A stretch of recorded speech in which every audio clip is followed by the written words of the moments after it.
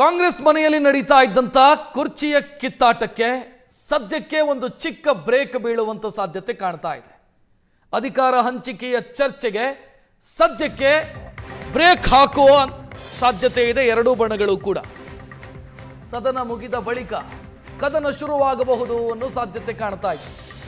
ಆದರೆ ಮೊನ್ನೆ ದಿಲ್ಲಿಗೆ ಹೋದಂತ ಸಂದರ್ಭದಲ್ಲಿ ಡಿ ಕೆ ಶಿವಕುಮಾರ್ ಅವರಿಗೆ ತಾಳ್ಮೆ ಸಮಾಧಾನದ ಪಾಠವನ್ನು ಹೈಕಮಾಂಡ್ನ ಕೆಲ ಪ್ರಮುಖ ನಾಯಕರು ಮಾಡಿದ್ದಾರೆ. ಡಿಸೆಂಬರ್ ಕೊನೆಯವರೆಗೂ ಕೂಡ ಕಾಯಬೇಕಾದಂತ ಅನಿವಾರ್ಯತೆ ಸೃಷ್ಟಿಯಾಗಿದೆ. ಭಾನುವಾರ ವೋಟ್ ಚೋರಿ ಪ್ರತಿಭಟನೆಗೆ ದೆಹಲಿಗೆ ತೆರಳಿದ್ರು ಡಿ ಕೆ ಶಿವಕುಮಾರ್. ಈ ವೇಳೆ ಹೈಕಮಾಂಡ್ನ ಕೆಲ ಪ್ರಮುಖರನ್ನ ಭೇಟಿಯಾಗಿದೆ.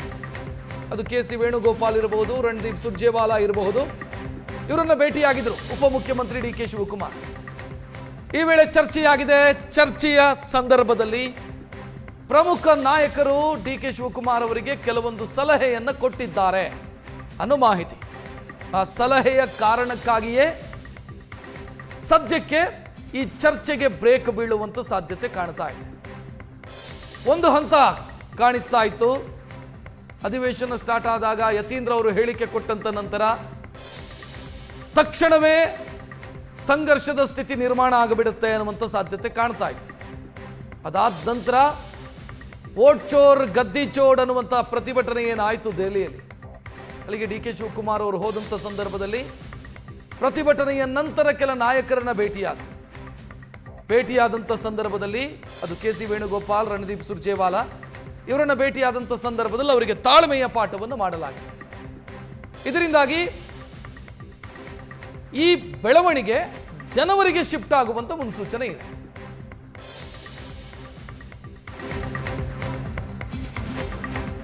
ಹೈಕಮಾಂಡ್ ನಾಯಕರು ಡಿ ಕೆ ಶಿವಕುಮಾರ್ ಅವರಿಗೆ ಹೇಳಿದ್ದೇನು ಅನ್ನೋ ಪ್ರಶ್ನೆಗೆ ಉತ್ತರ, ಒಂದೋ ಕಾಯಿರಿ ಅಥವಾ ರಾಹುಲ್ ಗಾಂಧಿ ಅವರನ್ನ ಭೇಟಿಯಾಗಿ ಅಂತ ಕೆ ಸಿ ವೇಣುಗೋಪಾಲ್ ಹೇಳಿದ್ದಾರೆ. ತಾಳ್ಮೆಯಿಂದ ಕಾಯಿರಿ ಸ್ವಲ್ಪ ದಿನ ಅನ್ನೋದು ಕೆ ಸಿ ವೇಣುಗೋಪಾಲ್ ಅವರ ಸೂಚನೆ. ವಿದೇಶ ಪ್ರವಾಸದಿಂದ ಡಿಸೆಂಬರ್ 20ಕ್ಕೆ ರಾಹುಲ್ ಗಾಂಧಿ ವಾಪಸ್ ಬರ್ತಾರೆ. ಡಿಸೆಂಬರ್ 21ರಿಂದ ಕೆ ಸಿ ವೇಣುಗೋಪಾಲ್ ದೆಹಲಿಯಲ್ಲಿ ಇರೋದಿಲ್ಲ. ಡಿಸೆಂಬರ್ 21ರ ನಂತರ 4 ದಿನ ಕೆ ಸಿ ವೇಣುಗೋಪಾಲ್ ದಿಲ್ಲಿಯಲ್ಲಿ ಇರೋದಿಲ್ಲ. ಕ್ರಿಸ್ಮಸ್ ಮತ್ತು ಹೊಸ ವರ್ಷಾಚರಣೆಯಲ್ಲಿ ಹೈಕಮಾಂಡ್ನ ನಾಯಕರು ಬ್ಯುಸಿ ಇರ್ತಾರೆ. ಸೊ ಏನೇ ಪ್ರಯತ್ನ ಪಟ್ಟರೂ ಕೂಡ ಯಾರನ್ನೂ ಭೇಟಿಯಾಗೋದಕ್ಕೆ ಸಾಧ್ಯ ಇಲ್ಲ ಮತ್ತು ಯಾವ ನಿರ್ಧಾರವೂ ಕೂಡ ಈ ಅವಧಿಯಲ್ಲಿ ಪ್ರಕಟವಾಗಲ್ಲ. ಸೊ ತಾಳ್ಮೆಯಿಂದ ಕಾಯಿರಿ ಸ್ವಲ್ಪ ದಿನ, ಅಂದರೆ ಜನವರಿವರೆಗೆ ಕಾಯಿರಿ ಎನ್ನುವಂಥ ಸೂಚನೆಯನ್ನ ಹೈಕಮಾಂಡ್ನ ಪ್ರಮುಖ ನಾಯಕರು ಡಿ ಕೆ ಶಿವಕುಮಾರ್ ಅವರಿಗೆ ಕೊಟ್ಟಿದ್ದಾರೆ. ಏನೇ ತಿಪ್ಪರ್ಲಾಗ ಹಾಕಿದ್ರು ಡಿಸೆಂಬರ್ ಅಲ್ಲಿ ಯಾವ ಬದಲಾವಣೆಯೂ ಆಗಲ್ಲ. ಕ್ರಿಸ್ಮಸ್ ಮುಗಿಬೇಕು, ಹೊಸ ವರ್ಷ ಆರಂಭ ಆಗಬೇಕು, ಹೊಸ ವರ್ಷದ ಸಂಭ್ರಮವೂ ಕೂಡ ಮುಗಿಬೇಕು. ಏನೇ ಇದ್ರೂ ಆ ನಂತರ ಅನ್ನೋ ಸೂಚನೆಯನ್ನು ಕೊಡಲಾಗಿದೆ.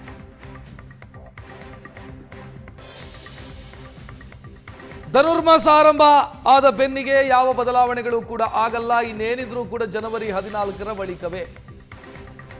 ಇದರ ಜೊತೆಗೆ ಹೈಕಮಾಂಡ್ ನಾಯಕರು ಕೂಡ ದೆಹಲಿಯಲ್ಲಿ ಅವೈಲೇಬಲ್ ಇಲ್ಲ. ಕಾರಣ ಏನು ಅಂತಂದ್ರೆ ಕ್ರಿಸ್ಮಸ್ ಮತ್ತು ಹೊಸ ವರ್ಷದ ಸಂಭ್ರಮ.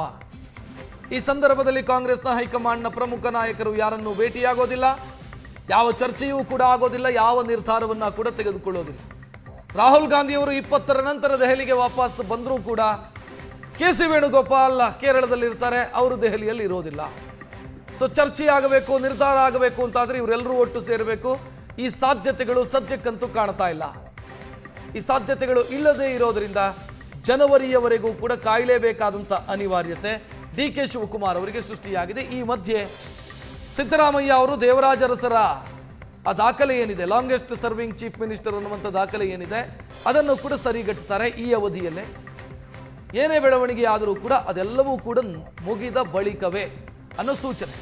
ಆ ಕಾರಣಕ್ಕಾಗಿ ಸದ್ಯಕ್ಕೆ ನಡೀತಾ ಇರುವಂಥ ಆ ಸಂಘರ್ಷದ ಪರಿಸ್ಥಿತಿ ಏನಿತ್ತು, ಕಳೆದ ವಾರ ನಡೆದಂಥ ಸಂಘರ್ಷದ ಸ್ಥಿತಿ ಏನಿತ್ತು, ಅದೆಲ್ಲದಕ್ಕೂ ಬ್ರೇಕ್ ಬೀಳೋದು ಖಚಿತ ಆಗಿದೆ. ಏನೇ ಇದ್ರೂ ಜನವರಿಯ ನಂತರ ಬೆಳವಣಿಗೆ ಆಗಬಹುದು ಅನ್ನುವಂಥ ಸಾಧ್ಯತೆ ಕಾಣ್ತಾ ಇದೆ.